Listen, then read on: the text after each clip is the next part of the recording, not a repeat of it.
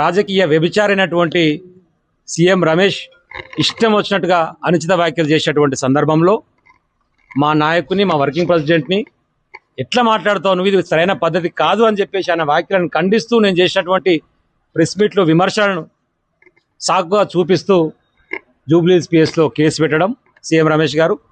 ఆ క్రమంలో జూబ్లీహిల్స్ పిఎస్లో ఎఫ్ఐఆర్ నమోదు చేసి 35B BNS కింద నాకు ఈరోజు నోటీసులు ఇచ్చి విచారణకు హాజరు కావాల్సిందిగా వారు రమ్మన్నారు. సరే, భారతీయ చట్టాల మీద గౌరవంతో 10 సంవత్సరాలు తుంగతుర్తి నియోజకవర్గ ప్రజల ఆశీర్వాదంతో శాసనసభ్యులుగా చట్టసభలో పనిచేసినటువంటి వ్యక్తిగా చట్టాలను గౌరవించాల్సినటువంటి బాధ్యత ఒక భారతీయ పౌరునిగా నా మీద ఉంది. కాబట్టి 100% వారికి సహకరించడానికి సిద్ధంగా ఉండి ఈరోజు జూబ్లీహిల్స్ పిఎస్ పోవడం కోసం బయలుదేరుతా ఉన్నాం.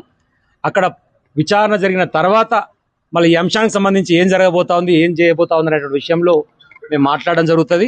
మీరు ఎన్ని రకాల కేసులు పెట్టుకున్నా, బీజేపీ కాంగ్రెస్ కుమ్మక్కైనా, నువ్వు ఎంపీవైనా, నువ్వు ముఖ్యమంత్రివైనా, ఇంకెవరైనా సరే ప్రజలకు అనుకూలంగా లేకుండా వ్యతిరేక కార్యకలాపాలు చేసినప్పుడు కావాలని చెప్పేసి కక్ష సాధింపు చర్యల ధోరణిలో భాగంగా బీఆర్ఎస్ పార్టీకి సంబంధించినటువంటి అధినాయకుల మీద అనుచిత వ్యాఖ్యలు చేసినప్పుడు 100% తెలంగాణ బిడ్డగా, నికార్సైన తెలంగాణ ఉద్యమకారునిగా, కేసీఆర్ కేటీఆర్ అభిమానిగా స్పందిస్తూనే ఉంటాం. నీ చేతనైన కేసులు పెట్టుకో, నీ ఇష్టం వచ్చినట్టు వ్యవహరించుకో, భయపడేది లేదు. తాటాకు చక్కుపులకు ఎవరు భయపడరు.